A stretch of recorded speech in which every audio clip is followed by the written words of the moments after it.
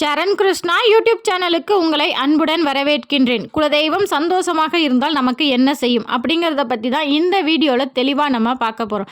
நம்ம சேனலில் உள்ள வீடியோவை ஃபஸ்ட் டைம் நீங்கள் பார்க்குறீங்க அப்படின்னா மறக்காமல் நம்ம சேனலை சப்ஸ்கிரைப் பண்ணி வச்சுக்கோங்க. நம்ம சேனலில் தொடர்ந்து குலதெய்வ பதிவுகள், ஆன்மீக தகவல்கள் வந்து கொண்டே இருக்கும். வாங்க வீடியோக்குள்ளே போகலாம். ஒவ்வொருத்தர் வாழ்க்கையிலும் குலதெய்வம் அப்படிங்கிறது நம்ம ஏதோ ஒரு முக்கியமான ஒரு வழிபாடு செய்யும் போது அதனால் குலதெய்வம் மகிழ்ச்சி அடைந்து நம்ம கேட்காத நம்ம வாழ்க்கைக்கு தேவையான வரத்தை அள்ளி கொடுக்கும். அப்படி ஒவ்வொருவர் வாழ்க்கையிலும் செய்த வழிபாடுகளும் அதன் மூலம் குலதெய்வம் மகிழ்ச்சி அடைந்து அவர்களுக்கு கொடுத்த வரங்களை பற்றி தான் இந்த வீடியோவில் தெளிவாக நம்ம பார்க்க போகிறோம். இது முற்றிலும் உண்மை சம்பவம். அண்ணன் தம்பி 3 பேர் இருந்தாங்க. அவங்க அப்பா காலத்துலேருந்து எல்லோரும் ஒன்றா குலதெய்வ கோவிலுக்கு வருவாங்க. அப்படி வரும்போது அப்பா காலத்திலேருந்தே அவங்க செய்த ஒரு வழிபாடு என்ன அப்படின்னு பார்த்தீங்கன்னா, எப்போ ஒன்றா வரும்போதும் காவல் தெய்வங்களுக்கு அசைவ படையலிட்டு வணங்குறது ஒரு முறையாகவே வச்சுருந்தாங்க. அடுத்து காலப்போக்கில் எல்லாம் தனித்தனியாக பிரிஞ்சு போனதுக்கப்புறம் சில பங்காளிகள் சண்டை, அதனால் எல்லாருமே தனித்தனியாக பிரிஞ்சுட்டாங்க. அப்பப்போ எல்லோரும் வந்து சாமி கும்பிடுவது. அப்படி வந்து சாமி கும்பிடும்போது என்ன பண்ணுறாங்க, குலதெய்வத்திற்கு சைவ படையல் பொங்கல் வச்சு படையலிட்டு வணங்கி போகிறது. ஒரு சிலர் வந்து அந்த கழனி அப்போ வந்து சுவாமிக்கு அர்ச்சனை ஆராதனை மட்டும் செய்து விட்டு போகிறது. ஒரு சிலர் புடிமண் வச்சு நான் வணங்கிக்கிறேன், நான் குலதெய்வ கோயிலுக்கே வரல, உங்கள் அங்காளி பங்காளிகள்லாம் வராங்க, அவங்க முகத்தை பார்க்கவே எனக்கு பிடிக்கல அப்படின்னு சொல்லி எல்லாம் தனித்தனியாக ஒதுங்கிட்டாங்க. அப்படி இருக்கும்போது அப்பா, அப்பாவின் மகன், மகனின் மகன், இந்த 3வது தலைமுறை காலத்தில் அவங்க 2வது தலைமுறையிலே அவங்க அப்பா செஞ்ச வழிபாட்டு முறைகள் அத்தனையும் கைவிட்டுட்டாங்க. அடுத்தது 3வது தலைமுறையில் அவங்களுக்கு தெரிந்த வழிபாடு மட்டும்தான் அவங்கவுங்க இஷ்டத்துக்கு செஞ்சிட்டு இருந்தாங்க.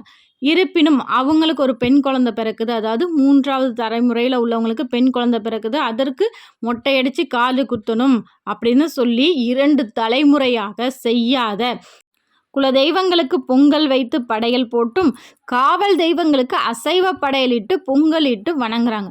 அப்போ பார்த்தீங்கன்னா அவ்வளோ மழை பெய்யுது. அப்போ ஒரு பாட்டியம்மா வந்து சொல்கிறாங்க, குலதெய்வம் அவ்வளோ சந்தோஷமாக இருக்கியா நீங்கள் செஞ்ச வழிபாடை பார்த்து அப்படின்னு சொல்லி. ஒவ்வொருத்தரும் இது நீங்கள் கண்டிப்பாக உணர்ந்து பாருங்கள். நீங்கள் வழிபாடு செய்யும்போது ஒரு சாரல் தூறலோ இல்லை 2-3 மலைத்துளிகள் விழுந்தால் கூட அது உங்கள் குலதெய்வம் சந்தோஷமாக இருக்கிறத உங்களுக்கு உணர்த்துது. அவங்க தாத்தா காலத்தில் செஞ்சதை பேரன் கையெடுத்து செய்கிறாரு.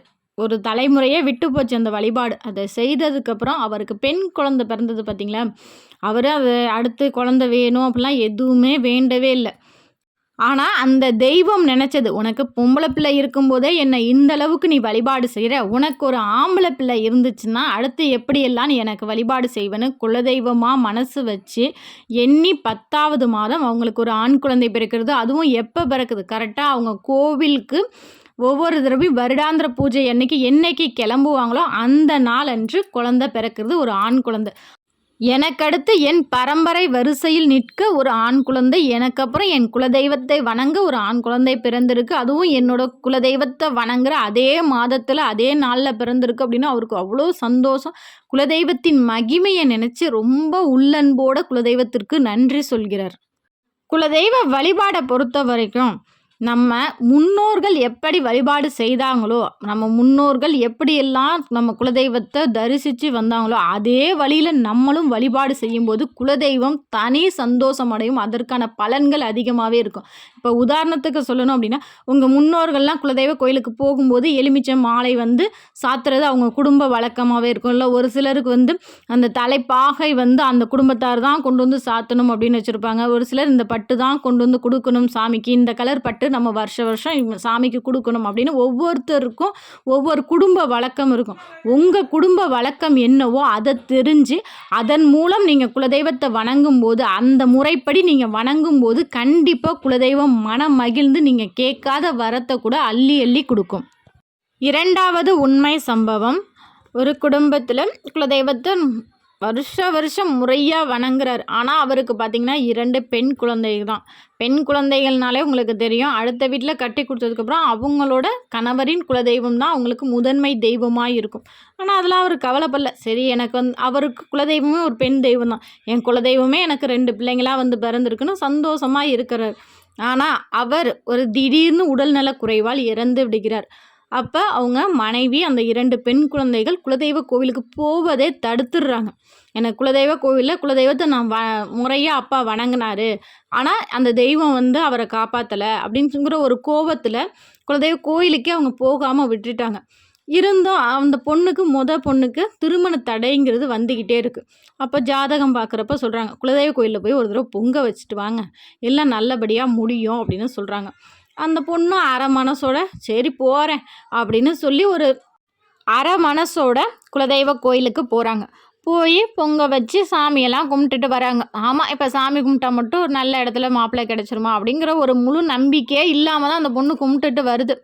கும்பிட்டுட்டு வந்ததுக்கு பிறகு அதற்கு மறு வருஷமே ஒரு நல்ல இடத்துல அந்த பொண்ணுக்கு திருமணம் ஆகுது. அது எப்பேற்பட்ட திருமணம் அப்படின்னு பார்த்திங்கன்னா, அந்த மாப்பிள்ளையின் அம்மாவின் பெயரும் இந்த குலதெய்வத்தின் பெயரும் ஒன்றா இருக்குது.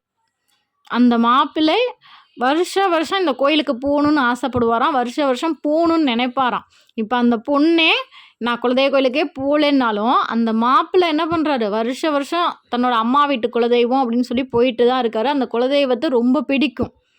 இப்போது அந்த அப்பா இல்லாத குறைய அந்த மாப்பிள்ளை வந்து பூர்த்தி செய்கிறார். அவங்க குடும்பத்திற்கே ஒரு நிறைவான குடும்பமாக இருக்குது. நிறைவான குடும்பத்தோட தம்பதி சகிதமாக அடுத்த வருஷம் கோயிலுக்கு மன நிறைவோடு அந்த பொண்ணு வந்து பொங்க வச்சு சாமி கும்பிடுது. அப்பையும் எனக்கு இந்த வரம் கொடுலாம் சொல்ல, நல்ல இடத்துல எனக்கு கல்யாணம் பண்ணி வச்சிங்க, அதுக்கு நன்றி மட்டுமே சொல்லியிருக்கு. ஆனால் அதற்கும் அடுத்த வருஷம் பார்த்திங்கன்னா அழகான இரட்டை குழந்தைகள் பிறக்கின்றது. இதுதான் குலதெய்வத்தின் மகிமை. நம்ம குலதெய்வத்திட்ட எதுவுமே எதிர்பார்க்கலைனாலும் குலதெய்வம் நமக்கு என்ன தேவையோ அதை நமக்கு கரெக்டாக செஞ்சுக்கிட்டே இருக்கும். அந்த குடும்பத்திற்கே பெரிய ஒரு வருத்தம் இருந்துச்சு, என்னோட அப்பாவை இவ்வளோ சீக்கிரம் நீங்கள் எடுத்துக்கிட்டீங்க அப்படின்னு. ஆனால் அவரோட ஆசை என்னவோ அதை படிப்படியாக குலதெய்வம் நிறைவேற்றிக்கிட்டே தான் இருக்குது. குலதெய்வத்தை முறையாக மனசார நினைக்கிறவங்க சீக்கிரம் இறந்துட்டாங்களோ இல்லை அவங்களோட ஆயுசு காலம் முடிஞ்சிருச்சு அப்படின்னாலோ கண்டிப்பாக குலதெய்வம் அவங்களுக்காக செய்கிற ஒரு பெரிய விஷயம் என்னன்னு கேட்டிங்கன்னா, அவரோட ஆசைகள் என்னவோ அது அனைத்தையும் நிறைவேற்றி கொடுக்கும். உதாரணத்துக்கு சொல்லணும்னா, ஒரு வீட்டில் உள்ள பெரியவர் இறந்துட்டார், ஆனால் அவருக்கு நிறைய ஆசைகள் இருக்குது, அவர் முறையாக குலதெய்வத்தை வணங்குறவர் அப்படின்னா அவரோட ஆசை என்னவோ அதை கொஞ்சமாவது நிறைவேற்றினதுக்கு அப்புறம் தான் அவர் வீட்டில் உள்ள குலமக்களை அந்த குலதெய்வ கோவிலுக்கே சேர்க்கும். அவர் என்னென்னலாம் நினச்சாரோ கண்டிப்பாக அது அவர் ஒரு வருஷத்துக்குள்ளேயே எல்லாத்தையும் நிறைவேற்றி வைக்கும் குலதெய்வம். அதுதான் குலதெய்வத்தின் மகிமை. இது போல் ஒவ்வொருத்தர் வாழ்க்கையிலையும் ஒவ்வொரு நிகழ்வுகளை குலதெய்வம் நிகழ்த்தி கொண்டு தான் இருக்குது. இது போல் உங்கள் வாழ்க்கையிலையும் என் குலதெய்வம் எனக்கு இது செஞ்சுருக்கு அப்படின்னு உங்கள் வாழ்க்கையில் ஏதாவது ஒரு விஷயம் இருந்தால் மறக்காமல் கமெண்ட் செக்ஷனில் ஷேர் பண்ணிக்கோங்க எங்களோட. இந்த வீடியோ உங்களுக்கு பயனுள்ளதாக இருக்கும் என்ற நம்பிக்கையில் மற்றொரு வீடியோவில் சந்திக்கிறேன். இந்த வீடியோ உங்களுக்கு பிடிச்சிருந்தால் லைக் பண்ணுங்கள், ஷேர் பண்ணுங்கள், மறக்காமல் சப்ஸ்கிரைப் பண்ணுங்கள். சரண் கிருஷ்ணா யூடியூப் சேனல். நன்றி, வணக்கம்.